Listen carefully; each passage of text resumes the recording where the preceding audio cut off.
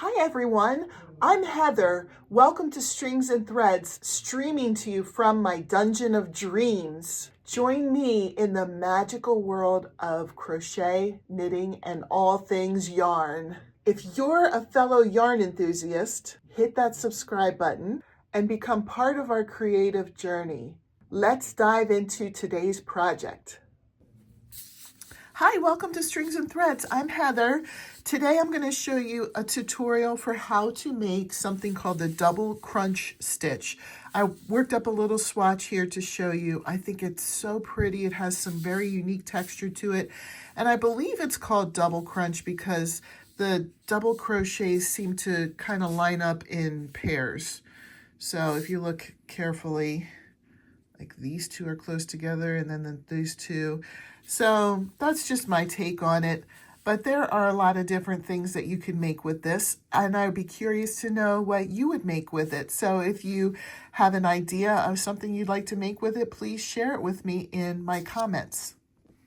The materials that you'll need to make this can vary. You can do this stitch with any type of yarn and any type of crochet hook. I would just recommend that you would use the crochet hook that the yarn suggests on the ball band. But for the sake of this tutorial, I'm going to use Big Twist Party. I just love this yarn. It's so soft. I'm not affiliated with them. I get nothing for suggesting this yarn. I'm merely suggesting it because I really do like this yarn. The colorway that I'm using is Prism. And then I'm going to use an eye hook along with that, which is a 5.5 millimeter. And then you'll need scissors. So this stitch is easy, and this is a beginner-friendly tutorial, but I do already, as I'm making this tutorial, I do already assume that you know certain crochet things like making a chain and doing a double crochet and doing a slip stitch. Those are the stitches that we use for this tutorial. So if you need a little bit of practice to become independent with those three things, by all means practice it and then come back. If you feel that you can independently do those three things, then you'll be very successful with this tutorial. So the double crunch stitch is worked up in any odd number of stitches. So I'm going to, for this swatch, just make a swatch with chaining 17. All right, so I'm going to chain 5 with you, and then I'm going to pause the video and come back with the full 17 chains. And you can do the same thing, you know, start with me, pause the video, and then come back when we're done chaining. I don't want the video to be ridiculously long because I show every single stitch. So here's 1, 2, 3, 4, 5. So pause here and then we'll come back when there's 17. All right, I have 17, and I did mean to say if you wanted to do a different number of odd stitches, that's fine too. It's all going to work out. So what we'll do is we'll double crochet in the 3rd chain from the hook. So that's the 1st chain from the hook, that's the 2nd, here's the 3rd, and then the rest, 1 double crochet in each of the rest of the chains across. So again, I'll do a few with you, and then we'll pause and finish the row, and then come back.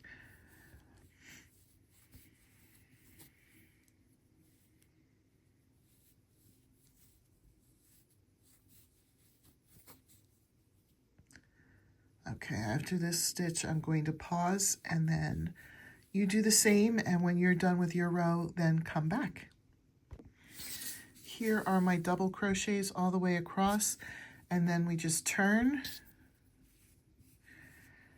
chain 1, and we're going to do an alternating pattern here. You're going to put a slip stitch. Now make sure you're not making a tight slip stitch. If you pull and then pull this stitch tight, it will be hard to work into it in the next row. So a slip stitch and then a double crochet. Slip stitch and then double crochet.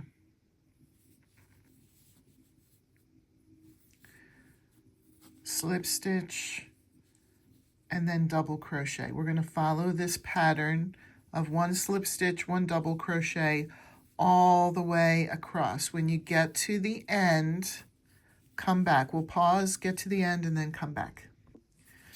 So the row that we just completed is the first row of repeat. I do have it marked in a timestamp in my description, so if you need to see this row again, you can always go back to it. So what we'll do is we'll do this row, and then we'll do the row that I'm showing you, and then we repeat those 2 rows until it's the length that you would want it to be.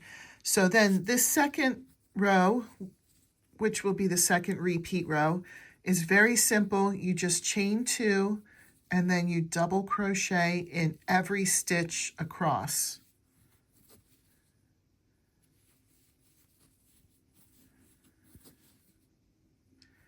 You're going to double crochet into the double crochets from the row below, and you're going to double crochet into the slip stitches from the row below.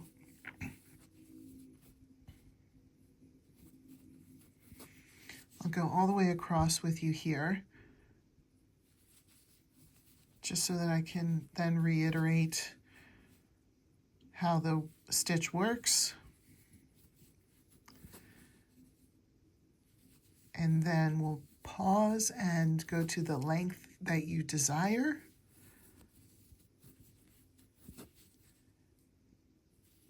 And then you will have mastered the double crunch stitch.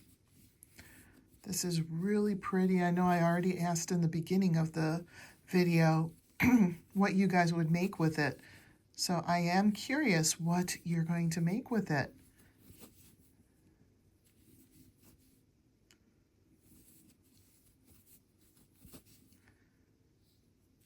Okay, so here's the end of the second row repeat. So again, the first row repeat is slip stitch, double crochet, slip stitch, double crochet, slip stitch.